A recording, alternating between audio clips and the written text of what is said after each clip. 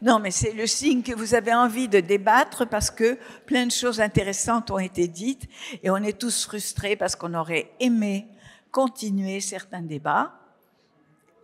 Pendant que les gens viennent, j'aimerais signaler ici la présence de quelqu'un qui n'a pas pris la parole et qui s'appelle Danielle Fouache. C'est pas seulement parce que c'est une amie, mais c'est à elle que l'on doit l'expérience qui a duré combien, Danielle? 25 ans? Voilà. Non, mais attends. Non, parce que... Donc, on a travaillé ensemble pendant un certain temps, plusieurs années, sur 10 mois d'école et d'opéra. Vous avez entendu parler de l'expérience 10 mois d'école et d'opéra? Eh ben oui, mais voilà, quelques personnes. Or, ça résume en grande partie ce qu'on a dit tout à l'heure. Voilà, j'essaie. C'est-à-dire quelque chose qui se fait en complément de l'école, avec les enseignants, avec les parents et avec des élèves. Tu te souviens, Daniel, qui était si éloigné de l'opéra et qui, à l'Opéra de Paris, découvrait quelque chose qui leur était accessible, ouvert, et au bout de quelques mois, 10 mois d'école et d'opéra, avec tous les métiers de l'opéra, de l'instrumentiste à l'éclairagiste, eh bien, ces élèves finissaient par présenter un spectacle à l'Opéra de Paris. C'est-à-dire que c'est exactement le genre d'expérience, il y en a eu beaucoup, mais notamment celle-là. Je pense aussi à une autre association dans laquelle je suis, l'association Olympio. Nous avons un représentant. Nous ne sommes pas seulement entre nous, l'ICRA, aujourd'hui, et où on utilise le théâtre et des comédiens pour travailler avec les élèves. Donc les expériences sont multiples. Pourquoi est-ce qu'on ne s'en fait pas l'écho? Pourquoi les journalistes ne s'en font pas l'écho? Exactement, c'est toutes ces questions-là qui sont soulevées et qui sont fondamentales. Sinon, on va se quitter bien content, on aura passé une bonne journée, mais rien n'aura changé. Donc, on est là justement pour cette dernière table ronde pour dire l'universalisme, ça peut changer les choses. C'est pas seulement une vision, c'est pas seulement un horizon, c'est pas seulement quelque chose qui pourrait être traité sur le plan philosophique, c'est aussi ce qui peut changer notre façon d'être et notre façon de militer. Voilà, alors, j'aimerais beaucoup, tu présentes les personnes qui sont là, vas-y, puisqu'on a conçu cette journée à deux. Alors, Philippe, vas-y. Bien, merci Jacqueline. Je n'avais pas préparé cela. Alors, comme j'ai eu l'occasion de présenter François Racheline, pour ceux qui étaient là ce matin, je ne fais pas la totalité de sa biographie qui nous emmènerait très, très loin, mais simplement pour vous dire qu'il est philosophe et économiste, qu'il est ancien enseignant, qu'il a à son actif plusieurs essais. Il n'est pas d'accord. Bref. Et merci. Tu peux continuer cet hommage funèbre, je te remercie. Bien, donc je m'arrête là. Mais qu'il a aussi écrit des romans, etc., etc. Bref. Quant à Tristan, elle est essayiste, journaliste, et notamment à Franc-Tireur, mais tu as écrit aussi dans les Échos. Et donc, elle s'est beaucoup exprimée sur les questions de féminisme et de la condition des femmes, notamment, mais pas que. Elle s'exprime aussi beaucoup sur les questions de laïcité. Et donc, nous sommes très heureux de les accueillir l'un et l'autre pour non pas cette conclusion, mais pour cette dernière séquence pour la journée de nos échanges, de ce que nous avons imaginé avec Jacqueline Costa-Lascaux, avec qui je veux dire tout le plaisir que j'ai eu à travailler pour construire cette séquence pour la LICRA et lui dire aussi toute l'affection que je lui porte, parce que c'était un vrai plaisir de travailler avec toi et de construire ensemble ces échanges. Voilà. Donc, Je peux partir. Je peux partir.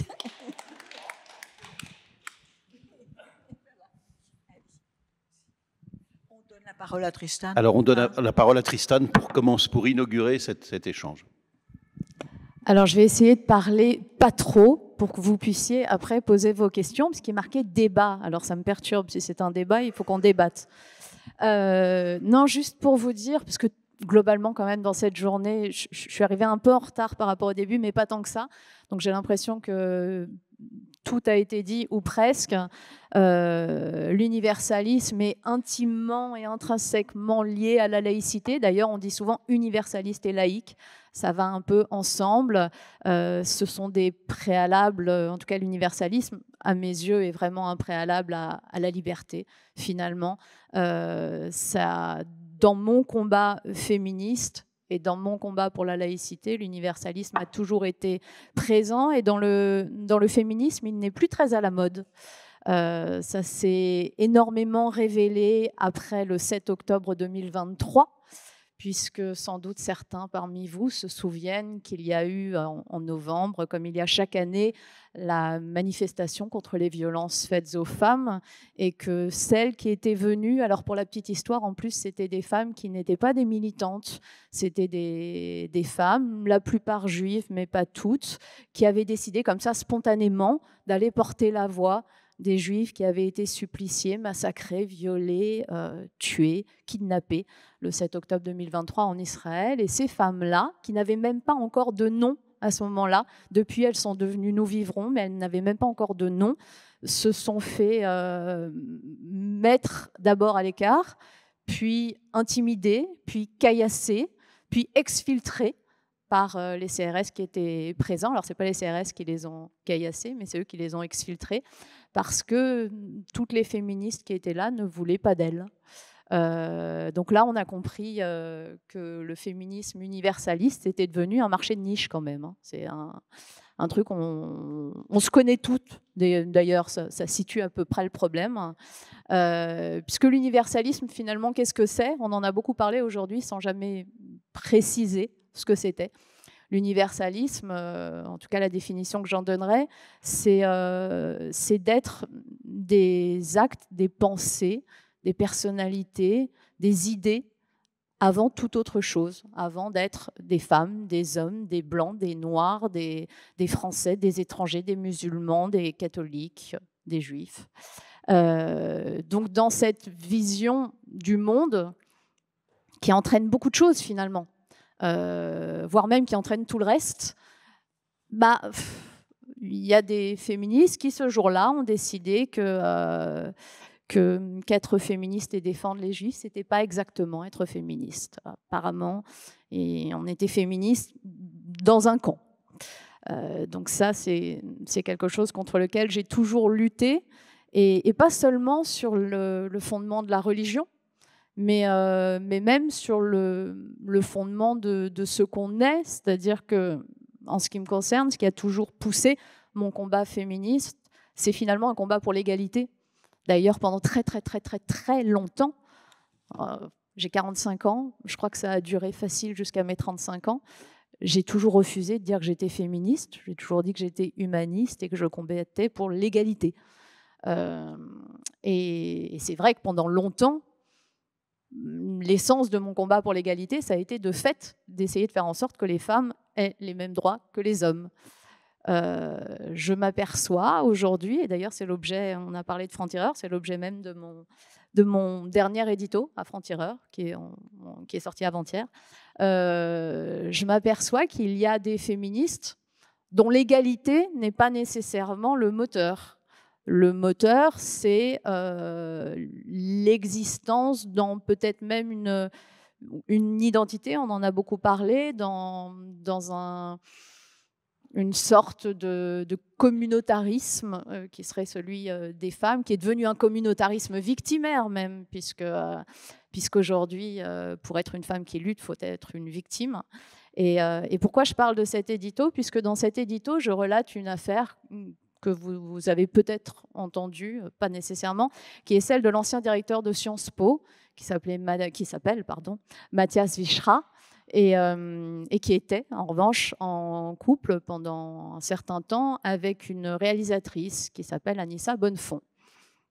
Fin 2023, ce couple, dans un grand palace parisien, s'est engueulé, comme ça peut nous arriver à tous, mais ils ont été un peu plus violents que les autres. Tout ça finit à la police, suite à quoi ils sont en garde à vue, puis relâchés, libres. Aucun ne veut forcément porter plainte, puis le ministère public s'empare de l'affaire, puisqu'aujourd'hui, dès qu'on entend parler de violence, on imagine une femme en danger, et ça, c'est plutôt bien. Attention, ça, soyons très clairs, je trouve plutôt bien et sain qu'on s'inquiète dès qu'on craigne qu'une femme soit en danger de violence.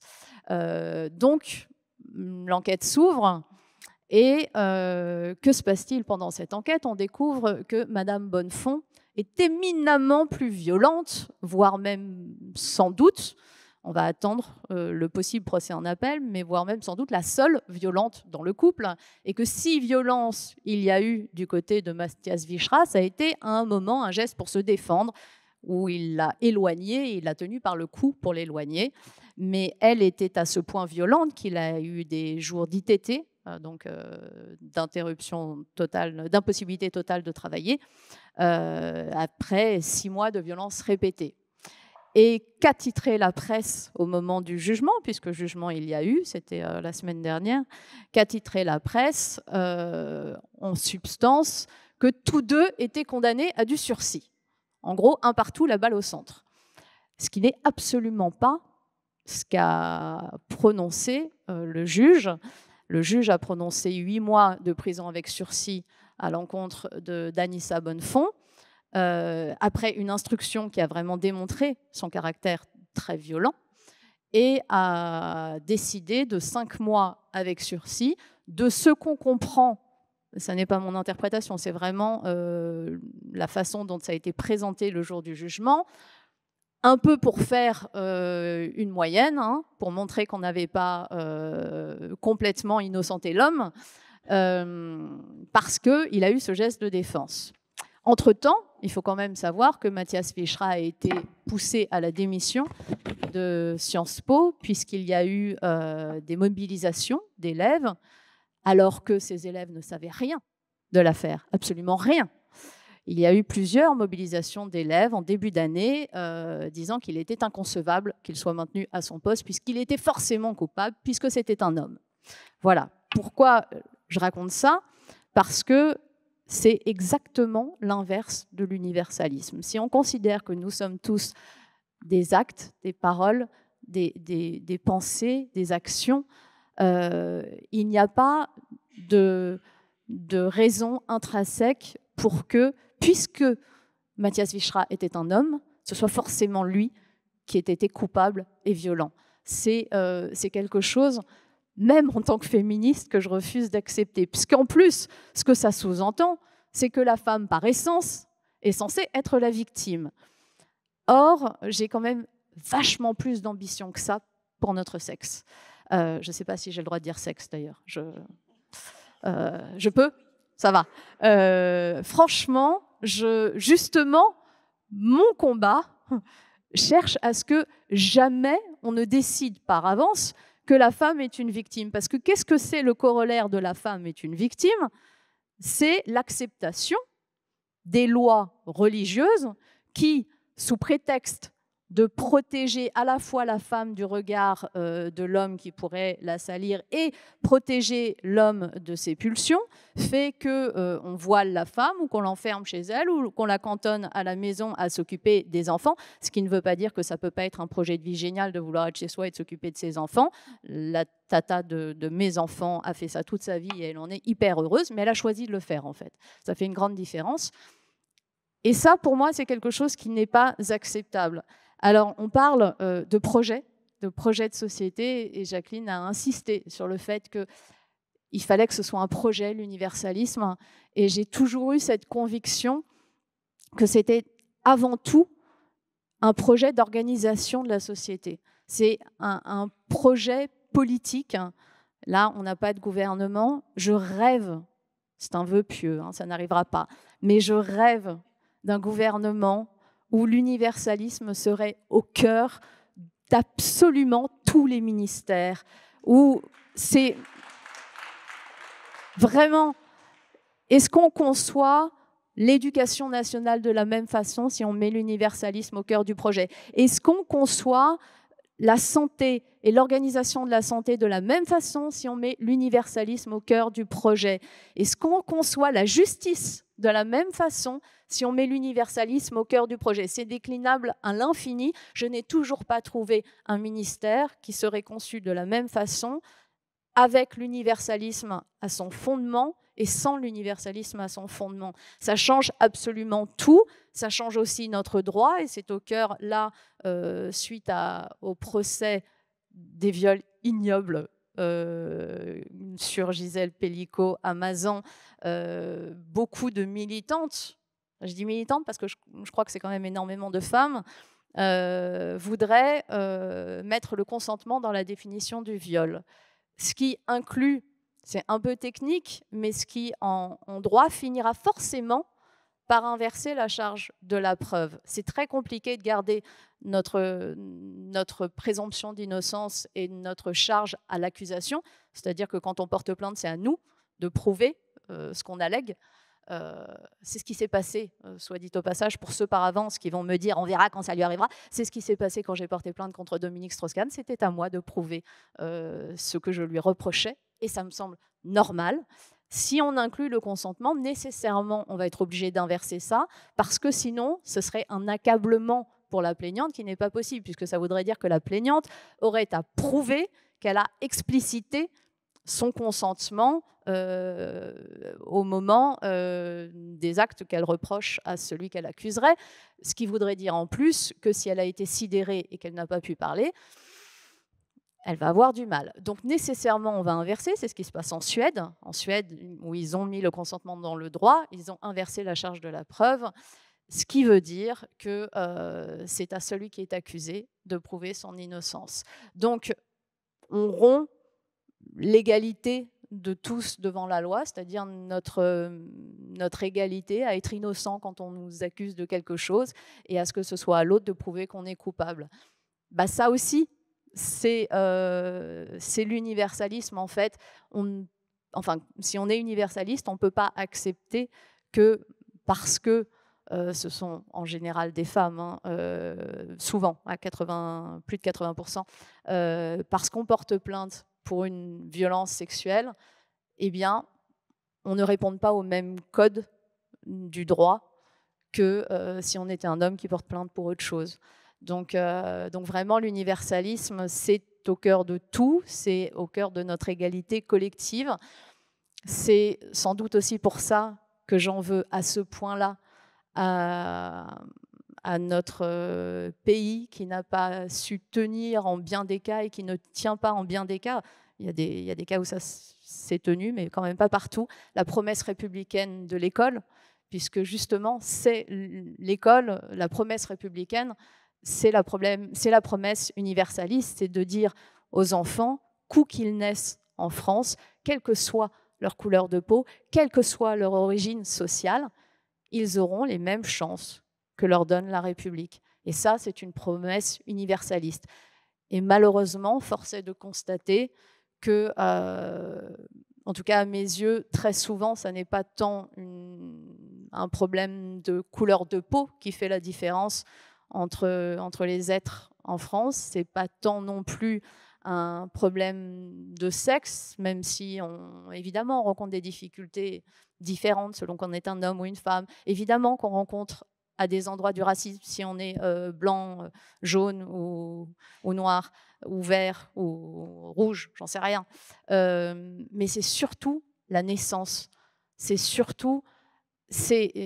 on a malgré tout plus de difficultés à réussir dans la vie si on est dans une banlieue défavorisée, dans une barre d'immeubles, dans une famille pauvre, avec des parents qui ne sont pas souvent présents parce qu'ils ont du mal, ils travaillent énormément et qu'ils ont du mal à boucler les fins de mois, que si on est dans le 16e à Paris, qu'on va dans une école privée, on parlait d'école privée tout à l'heure, évidemment qu'on n'aura pas les mêmes possibles dans la vie, et c'est quand même un échec de la promesse républicaine. Je voudrais juste finir pour revenir sur l'universalisme et sur cette idée que malheureusement, et c'est contre ça que nos dirigeants, enfin en tout cas pour ça qu'ils doivent lutter, pour qu'on ait les mêmes chances où qu'on est, c'est quelle que soit notre situation. Moi, j'ai eu la chance de naître dans un bon quartier, d'aller dans une école très privilégiée, qui coûtait très cher. Et j'étais à l'école avec un garçon dont je tairai le nom parce qu'il était fils de chef d'État et est devenu lui-même chef d'État et ses enfants sont chefs d'État, mais qui était noir, noir, noir. Plus noir, il n'y a pas. Et bien, le racisme, il ne connaissait pas. Et il ne s'est vraiment jamais senti plus noir que ça. Pourquoi ? Parce qu'il était bien né. Et l'air de rien, ça fait une sacrée différence. Et il se trouve que quelques années plus tard, on a tous des vies un peu particulières, j'ai vécu à Trappes, à côté d'un truc qui s'appelait la Mare aux Saules. Pas très loin. La Mare aux Saules était à Plaisir, il y avait Trappes et moi j'étais juste entre les deux. Voilà. Et on était un groupe de jeunes et il y en avait un qu'on appelait Simtouche, qui s'appelait Simon de naissance, qui était blond aux yeux bleus, magnifique, très très beau mec. On était toutes amoureuses de lui. Et ben je vais vous dire, toute sa vie, j'ai 45 ans et je crois qu'aujourd'hui encore, il paye sa naissance. Et toute sa vie a été plus compliquée que celle du garçon très très noir avec qui j'avais grandi à l'école. Et elle est là, la promesse universaliste et la promesse républicaine qui n'est plus tenue. Et je pense que si on n'est pas capable et de pousser les politiques à redonner du sens à cette promesse et à refaire en sorte qu'elle soit tenue par notre pays, et à convaincre les jeunes qui aujourd'hui sont tellement communautaristes, qui sont tellement identitaristes, qui sont tellement éloignés de l'universalisme, si on n'est pas capable de leur expliquer l'importance de cette promesse de liberté qu'est l'universalisme, alors pardon, mais on a tous foiré quelque chose, et moi la première.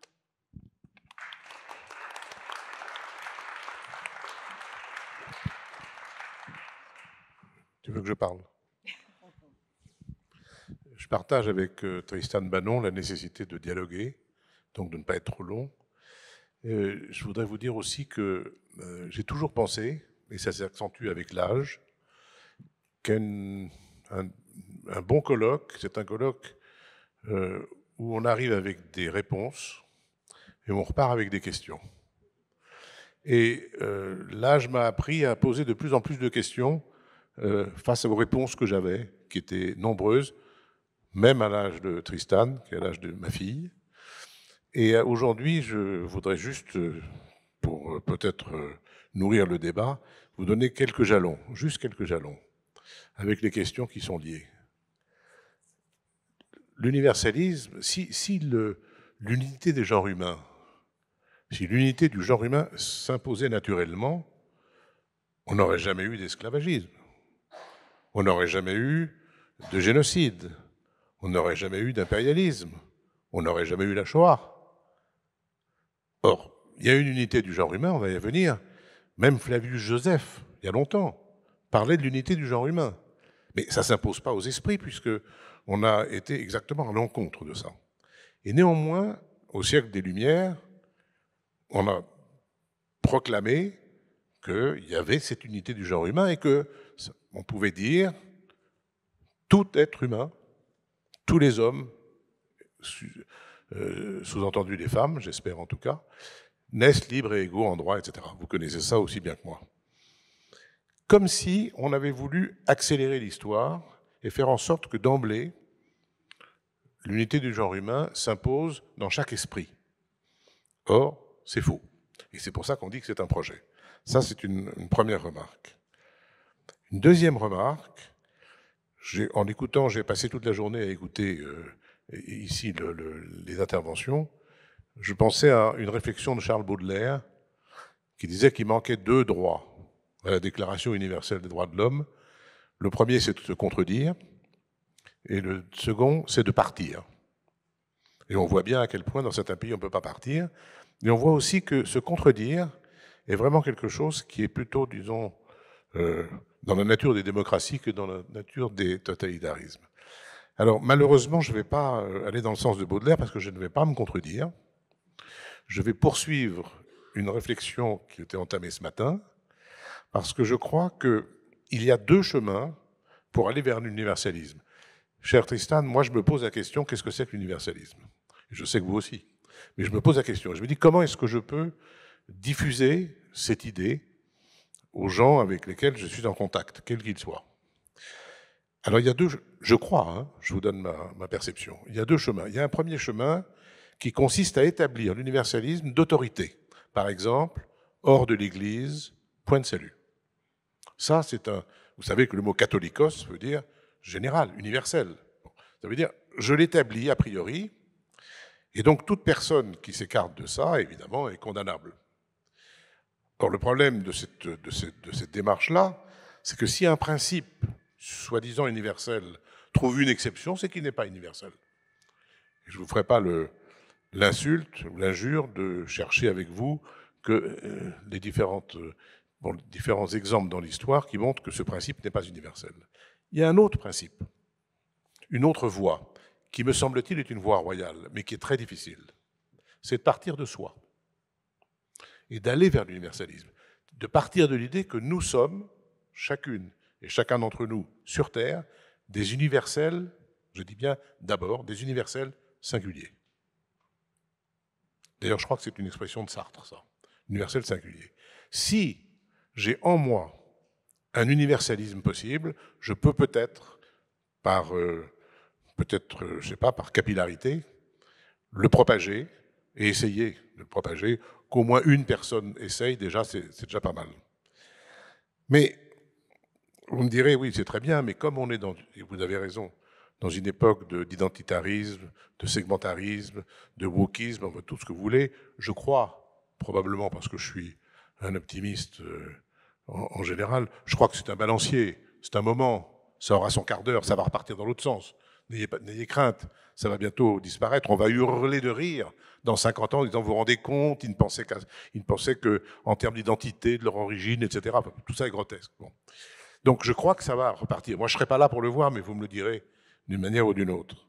Et le dernier point le dernier jalon que je voudrais vous proposer, ou que je voudrais soumettre en tout cas à votre réflexion, c'est quelque chose de très très très très simple, mais d'un peu difficile à faire comprendre.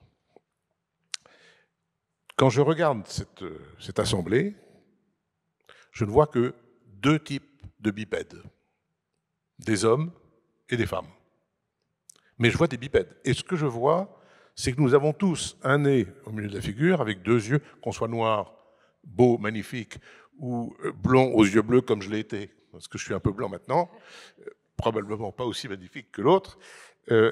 On a une bouche, on a 2 bras, on a 2 jambes et tout le reste. C'est unique. C'est unique, ça. Dans tout le monde animal, sur la planète Terre en tout cas, hein, c'est unique. Ce qui différencie les êtres humains de tout le reste, c'est leur corps. Je suis très différent, je pense que vous l'avez remarqué, d'un chien, d'une girafe, d'un papillon, d'un serpent. Rien ne peut m'être comparé qu'un autre corps. Or, le corps humain, si vous partez du principe que le corps humain, contrairement à ce que disait, à ce qu'écrivait Hitler dans Mein Kampf, qui rappelait que le corps d'un homme et le corps d'une femme ne lui appartiennent pas, ils appartiennent à l'État. Donc, ça, c'est dans Mein Kampf.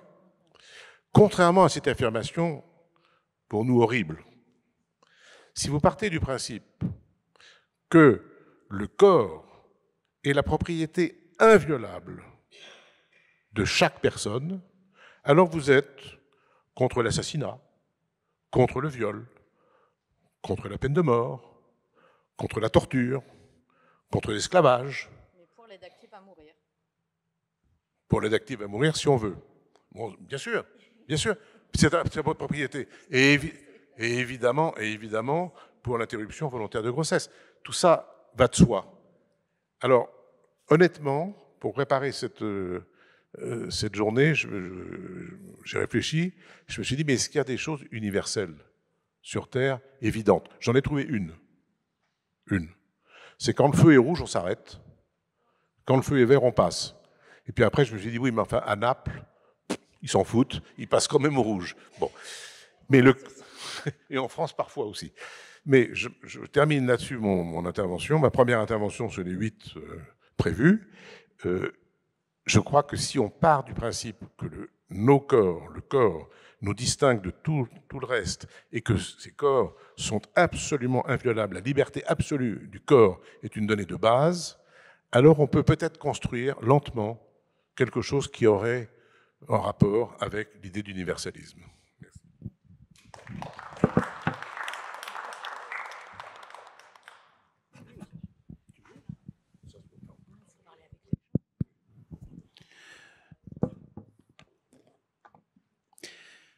Je rebondirai volontiers sur le propos de François,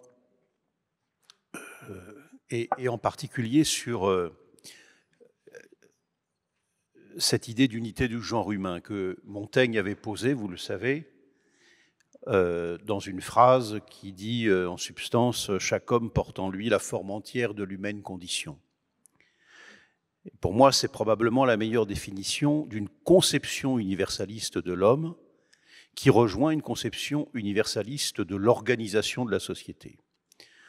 Je veux dire par là que soit on a une conception universaliste de l'homme, unité du genre humain, égalité des droits, soit on a une conception essentialiste de l'homme. Et cette conception essentialiste, elle a été très bien définie 2 siècles après Montaigne, par le comte Joseph de Maistre, qui était l'un des principaux théoriciens de la contre-révolution, et donc en réaction à la Révolution française, et notamment à l'article 1er de la Déclaration des droits de l'homme et du citoyen, tous les hommes naissent et demeurent libres et égaux en droit, les distinctions sociales ne peuvent être fondées que sur l'utilité commune. Joseph de Maistre écrit « Dans ma vie, j'ai rencontré des Français, des Anglais, des Italiens, je sais même grâce à Montesquieu qu'on peut être persan. L'homme, quant à lui, je ne l'ai jamais rencontré, s'il existe, c'est bien à mon insu. » Et par ces phrases, Joseph de Maistre nous explique que nous appartenons à une culture, que nous sommes légataires, bien sûr, de cette culture, de ces héritages, mais que nous y sommes assignés, que nous ne pouvons pas nous en extraire, nous en affranchir, nous en échapper. Et je crois qu'on a là les 2 définitions les plus chimiquement pures, peut-être qu'il y en a d'autres, d'une conception universaliste de l'homme ou d'une conception essentialiste. Soit nous avons une conception qui nous pousse à considérer que l'homme n'est jamais figé, qu'il est toujours en construction. Ce matin, François Rachline nous parlait de la question de la manière dont on pouvait définir l'identité. Tu disais, notre identité, c'est nos actes. Le problème, c'est que c'est l'ambivalence du terme d'identité. Parce qu'aujourd'hui, l'affirmation identitaire, elle est plutôt centrée sur, non pas nos actes, mais nos héritages, nos racines, c'est-à-dire ce que nous n'avons pas choisi d'être. Or, nous sommes tous constitués de 2 parts, plus ou moins égales. Une histoire, des héritages, biologiques d'abord, puis ensuite culturels, éventuellement religieux, etc., etc. Donc nous sommes constitués par cela. Mais nous ne sommes pas réductibles à cela. C'est-à-dire que nous sommes bien autre chose, et si nous avons une conception non pas fixiste, mais dynamique de l'homme, en relation avec la manière dont Emmanuel Kant parlait pour définir les Lumières, c'est pour l'homme sortir de l'état de minorité, c'est-à-dire être majeur, acquérir les outils, les connaissances qui vont lui permettre d'être autonome de sortir de l'état de minorité, d'être majeur, c'est pouvoir donc se dispenser de toute tutelle, qu'elle soit individuelle ou collective.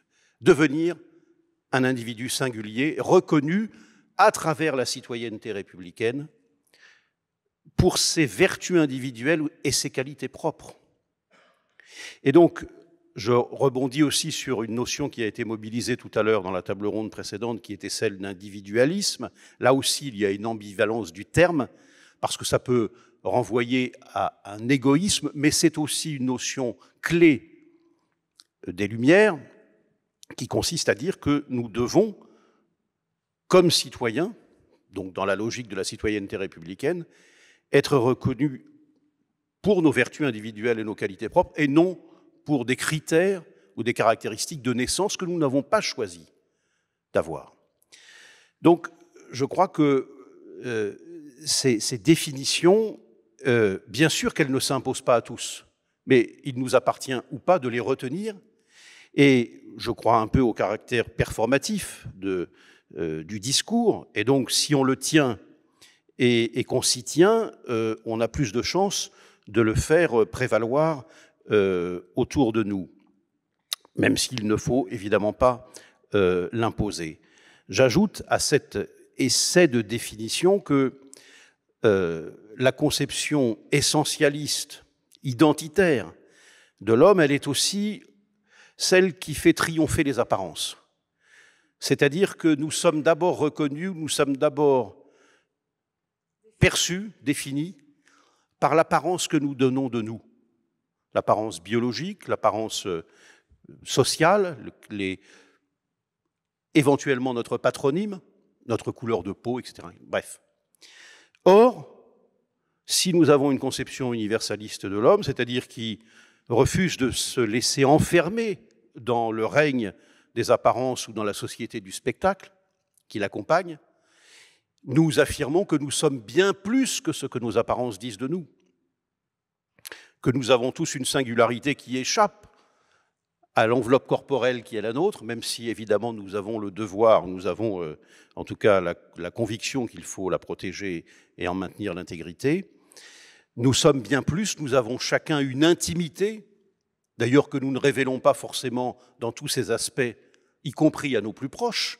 Nous avons tous quelque chose de secret en nous. Bref, tout ça récuse l'idée que nous serions réductibles à nos apparences. Mais nous sommes dans une société qui fait prévaloir les apparences. Nous sommes dans une société qui fait prévaloir les identités de naissance, les caractéristiques de naissance. Et aujourd'hui, et je pense que c'est le drame que nous vivons, alors encore une fois, il faudrait passer tout ça, et on peut le faire, au crible de l'histoire et examiner les raisons pour lesquelles l'universalisme n'a pas toujours été accepté, n'est toujours pas accepté par un certain nombre de cultures, comment, par exemple, la Déclaration universelle des droits de l'homme est récusée par un certain nombre de régimes politiques. Donc je veux bien me livrer à cet exercice, mais ce qui constitue le drame de l'affirmation, de la conviction de l'universalisme aujourd'hui, c'est que je pense que nous avons intégré en nous-mêmes le logiciel identitaire et essentialiste. C'est-à-dire que lorsque nous nous adressons à des individus, à un individu, et la table ronde sur l'école était assez éclairante tout à l'heure de ce point de vue, nous avons tendance d'abord à voir l'individu non pas comme un individu, comme un être singulier, mais comme appartenant à telle ou telle catégorie. C'est-à-dire que nous avons intériorisé en effet ce logiciel. Et que nous sommes sur le terrain, je le disais ce matin en ouverture de nos travaux, que nous étions trop sur la défensive. Je pense que sur ce plan aussi, nous sommes sur la défensive. C'est-à-dire que les identitaires, c'est-à-dire que les essentialistes, ils ont gagné parce qu'ils nous ont imposé leur manière de concevoir la société et leur manière de concevoir l'homme. Et donc que nous avons, si nous voulons inverser la tendance, si nous voulons retrouver un peu d'optimisme dans le marasme généralisé, nous devons précisément nous adosser à une conception qui fait que, bien sûr, c'est la facilité de regarder d'abord l'enveloppe charnelle, l'enveloppe corporelle de quelqu'un, son apparence, ce que ses apparences disent de lui. Mais il faut refuser cette facilité et en effet reconnaître en chacun la possibilité d'être au-delà, d'être autre chose que cela. Et donc, en effet, de faire la promesse qu'en chaque individu, il y a des potentialités qui ne sont pas nécessairement développées parce que chacun n'a pas eu la chance, dans son parcours, dans son lieu de naissance, dans son environnement, etc., de bénéficier de la promesse républicaine si on est en France et si on est dans un autre pays, d'avoir un environnement favorable. Mais donc, c'est de faire la promesse que c'est de concevoir, comme le disait Montaigne, que dans chaque individu, il y a une part du genre humain tout entier, et donc faire la promesse que ces potentialités, elles méritent d'être développées, en tout cas de faire le pari qu'elles existent. Philippe, tu me permets une précision ?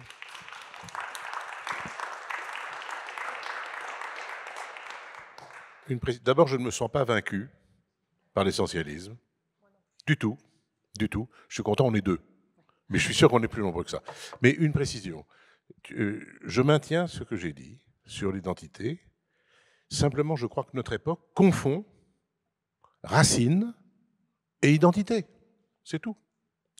Les racines, c'est ce qui nous détermine, d'où on vient, ce qu'on pense dans la famille, enfin, ce qui a été dit aussi d'ailleurs dans la table ronde précédente et tout ce qu'on dit depuis ce matin. Mais l'identité, c'est bien autre chose. Alors, non, mais je ne vais pas...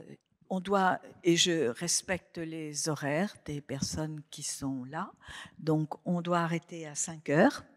Donc je vais mettre une croix sur ce que je voulais vous dire. Juste un point, de façon... Si. Mais non. Pas une grande. Non. Si tu permets... Bon, et ce serait aussi important que vous puissiez poser une ou deux questions. Ce n'est pas seulement un dialogue comme ça. Voilà. Alors, dans un cas comme ça, je vais faire comme on faisait autrefois, juste une anecdote qui résumera un peu la théorie que j'ai élaborée très modestement de la dialectique entre identité et citoyenneté à partir de la déclaration de 1789 et qui marche très bien, aussi bien avec des élèves, y compris dans les quartiers difficiles, qu'avec parfois, n'est-ce pas Philippe, des détenus, des délinquants routiers ou des gens qui n'ont plus aucun surmoi, qui sont complètement cabossés par la vie. Oui, il y a des dynamiques universalistes qui marchent de façon remarquablement bien parce que la base de l'universalisme, c'est l'égale dignité des personnes. Alors j'aurais aimé vous parler de ça, mais je n'en parlerai pas, juste une anecdote. Il n'y a pas très longtemps, avec Forum Réfugiés, on a fait une fête. Il y avait des slameurs. Et j'ai commencé à dialoguer avec les slameurs. Et à la fin, ils m'ont introduit, dans le slam, et ils m'ont appelé ma sœur. C'était ça, j'ai vécu. Et alors, ils étaient d'origine très différente, tous les deux. Ils étaient réfugiés en France, avec tout ce que ça représente.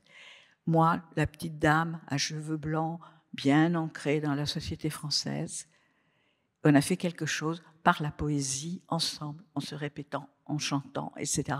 Et c'était du slam. Étranger, mon frère, et non pas étranger parce que j'ai le même sang, parce que j'ai la même couleur de peau, parce que c'est ce que déjà, en 1791, les révolutionnaires, justement, ont porté comme valeur l'égale dignité des personnes, sans considération, je cite, sans considération de rang social, sans considération de sexe, sans considération de religion. Et la question qui nous est posée, que je vous renvoie pour qu'on dialogue, pourquoi on a tant de mal à le faire passer ? C'est ça qui nous interpelle aujourd'hui. Pourquoi on a tant de mal ? Oui, l'américanisation des mœurs, parce qu'ils en sont loin sur ce plan-là, mais pas seulement.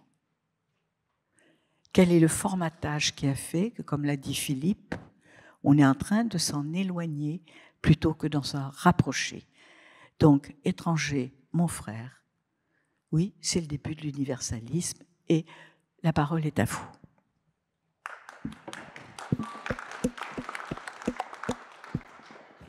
Juste si je peux 30 secondes essayer de répondre à ta question.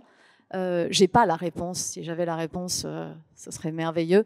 Mais en revanche, j'ai peut-être un élément de réponse. C'est pourquoi on n'a pas réussi. Parce que face à une inégalité que les gens vivaient, on a répondu par des grands principes. Et les grands principes qu'on se dit comme ici, dans des beaux salons avec des beaux lustres, ça ne résout pas l'inégalité vécue au quotidien par ceux qui finissent par se réfugier dans un identitarisme et dans un communautarisme où ils ont l'impression qu'au moins ils sont compris. Et tant qu'on n'aura pas compris ça, tant qu'on n'expliquera pas à ces gens que les inégalités qu'ils vivent peuvent être réparées par la liberté qu'offre l'universalisme, ce qui impose effectivement de revenir à cette promesse et d'offrir une vraie liberté grâce à l'universalisme, on ne les récupérera pas, selon moi. La parole est à vous. On a 10 minutes. Ah, pardon. Oui, ce matin, je crois que c'est vous, Monsieur Rachline, qui avez décrit comment il fallait comprendre le verset de l'amour du prochain. Je voudrais dire justement à propos de ce débat entre individualisme et universalisme que la Torah, le Pentateuque, le mélange en permanence et d'une manière fructueuse, puisqu'on trouve dans certains versets une alternance de tu et de vous qui est extraordinaire. Et quand on lit les 2 premiers paragraphes du Shema Israël, on a l'impression d'une redondance inutile entre les deux. Mais ce n'est pas du tout redondant. Dans l'un, on nous dit « Tu élèveras tes enfants, tu feras ceci à ton réveil, tu feras ceci en te couchant. » Et dans l'autre paragraphe, on dit « Vous élèverez vos enfants, vous ferez ceci en vous levant, vous ferez ceci en vous couchant. » Et donc, pour moi, ça veut dire, dans le cadre du débat de ce soir, ça veut dire qu'effectivement, le mélange entre le fait que nous sommes des individus, mais en même temps des membres d'une société, est essentiel.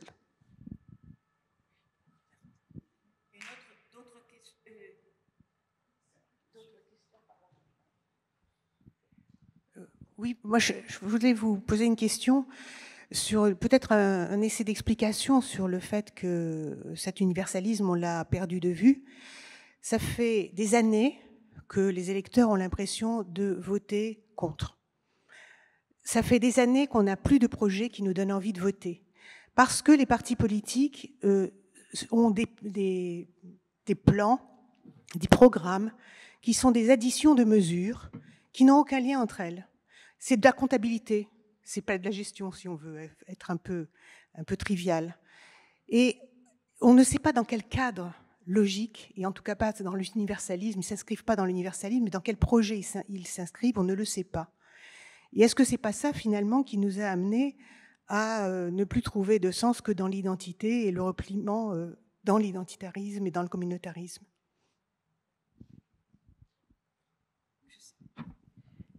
Là, je vais répondre en tant que juriste. Je crois que la part du droit était trop grande, mais pas le droit tel que justement les révolutionnaires l'avaient posé ou tel qu'il a été posé à d'autres périodes. Du point de vue de la philosophie du droit, c'est très intéressant de voir qu'on est passé dans le réglementarisme, des mesures qui s'empilent les unes aux autres. De temps en temps, on a une loi de principe, mais c'est relativement rare. Et on n'a plus que des réglementations. Et je pense que là, l'Europe a malheureusement failli aussi en donnant l'impression qu'elle rajoute des règles qui ne sont pas des normes, mais des réglementations qui s'empilent. Et évidemment, on perd le sens complet de ce pourquoi on les a prises. Et il y avait des travaux de philosophie du droit remarquables qui ont été faits. Il n'y en a quasiment plus. N'est-ce pas, Alain? Bon, il y a un vrai problème là aussi de connaissance Exact. Bah oui, moi je faisais partie de ces écoles-là. Bah vraiment, il y a plus grand chose. Hein, il y a plus grand chose. Donc non, pas de. C'est-à-dire que le droit est un instrument. Le discours est devenu un instrument de pouvoir. L'apparence est devenue une façon d'être. Être victime, c'est une façon de se faire reconnaître. Vous vous rendez compte de tout ce qu'on a perdu là? La victimisation, les apparences, comme disait Philippe, une surcharge de petites réglementations qui n'ont plus de sens. On a eu peur de quoi? Mais il y a aussi le fait, moi j'ai la chance, je sais pas, je pensais pas le dire, mais mon arrière-grand-père a été membre de la Commune de Paris. Mon grand-père a été secrétaire de Jaurès. Ma famille est une famille de résistants, jusqu'à la déportation pour fait de résistance. J'ai l'impression que tout ça, c'est sorti du récit, sorti du sens que l'on peut donner à sa vie. Et aujourd'hui, quand on travaille avec des jeunes, je pense avec l'association Olympio, quand ils mettent en premier, sauf les jeunes du service national universel, mais les autres, première valeur, l'argent, madame, parce qu'elle achète toutes les autres. Donc, il y a énormément de choses qui ont été vraiment oubliées, perdues, avec un manque de culture. Et ça, on n'a pas osé. Et là, je vais rejoindre tout à fait Tristan. On n'a pas osé, d'abord, être heureux ensemble. On n'a pas osé dire que la laïcité, c'était une fête. On n'a pas osé de dire que l'égalité des droits, c'était un chemin vers la fraternité. C'est tout ça dont on n'a plus parlé. Alors on va oser, sûrement pas dans les débats qui ont lieu actuellement dans l'hémicycle, mais ça fait rien. On va reprendre la main. Il y a d'ailleurs de plus en plus de lecteurs à Franc-Tireur. Oui, je confirme. Bon, voilà, on va prendre d'autres questions. Excusez-moi, il ne faut pas me donner la parole parce que sinon, j'aurais envie de le faire. Si on a conçu avec Philippe ce colloque, c'est justement, si on a conçu ce colloque, vous l'avez compris, il y avait une dynamique, il y avait une philosophie derrière, et il y avait aussi un engagement. Et c'est là-dessus qu'on voulait aussi terminer. Oui. Arlette. Et puis, on fait... Oui, non, mais attends, Arlette, Alain, on... Oui, ouais. C'est parce que je suis un homme. Vas-y, Arlette. Non, c'est parce que... Non, mais... il a déjà le micro. Prenez le micro.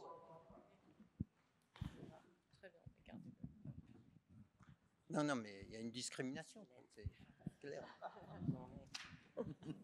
Je voudrais revenir sur cette question essentialiste ou essentialisme versus universalisme.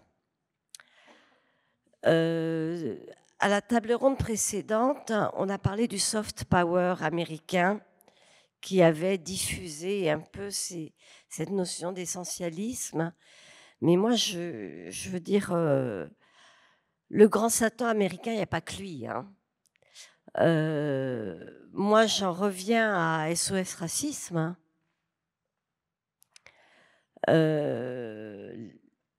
Les années SOS Racisme ont diffusé cette idée de la différence essentielle. Et ce n'était pas du soft power américain, c'était peut-être de l'irénisme, je ne sais pas, Pardon ? Oui, il y avait beaucoup d'argent derrière, mais ce n'était pas de l'argent qui venait des États-Unis.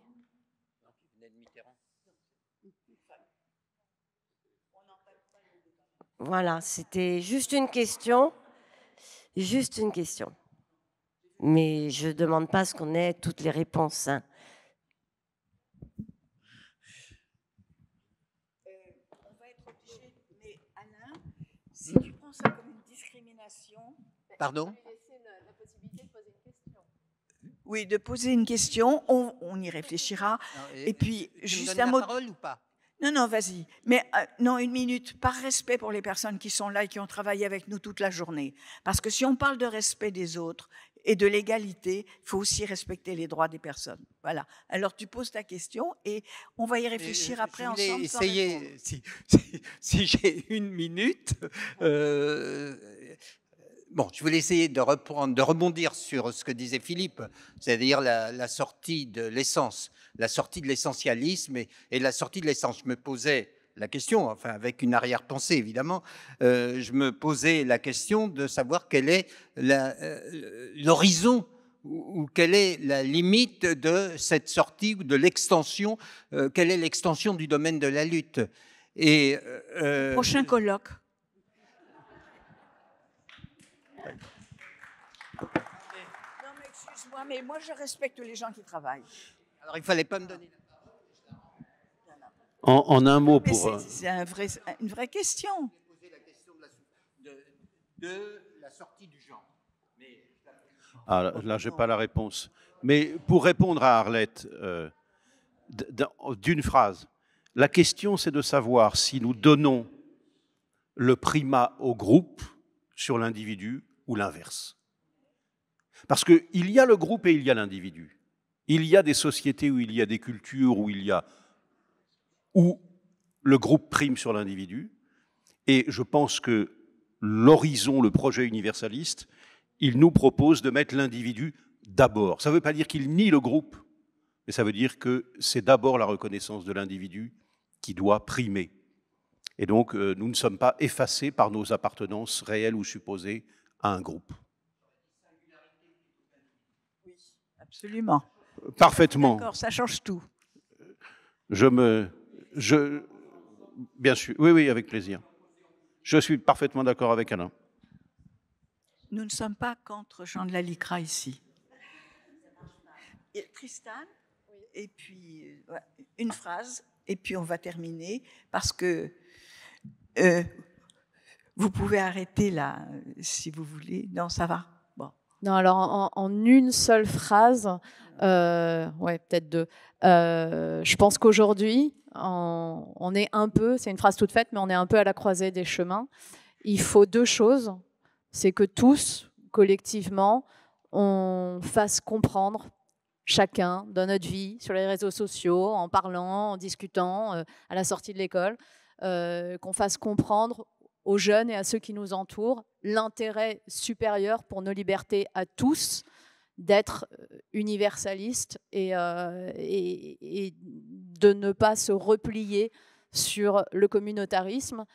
Et la deuxième chose, c'est qu'il faut que nos politiques absolument se saisissent de l'universalisme et qu'ils redonnent du sens à la promesse universaliste, parce que sinon, on pourra dire ce qu'on veut.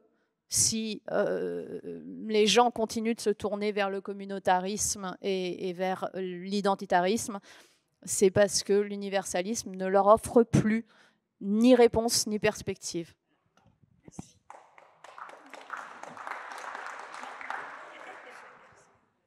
J'ai pas grand-chose à ajouter. J'étais très content de participer à ce... Non, je vais vous dire pourquoi quand même, de participer à ce colloque.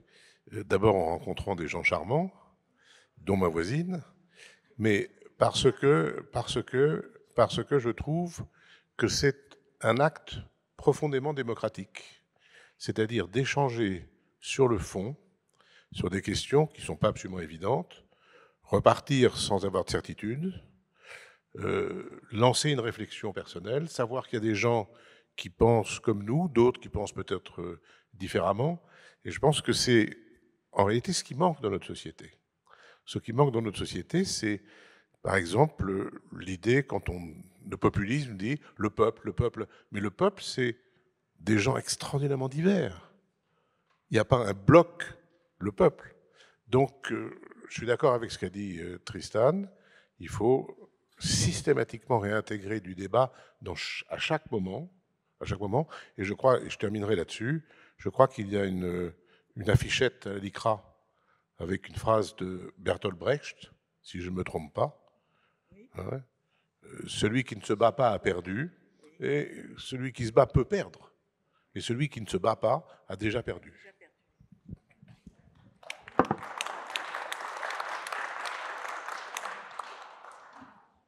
Bon, mais c'est quasiment la conclusion de cette journée. Vous avez compris ce qu'on a voulu en faire? Et je crois que c'est heureux que la LICRA ait pris cette initiative. Les États généraux de la laïcité, auxquels nous sommes plusieurs à participer, nous sommes heureux d'avoir vraiment accueilli des personnes aussi dynamiques, fraîches, qui nous donnent envie de continuer comme Tristan. On a envie de continuer. Et un bon, vrai colloque, Alain, c'est un colloque dont on sort frustré.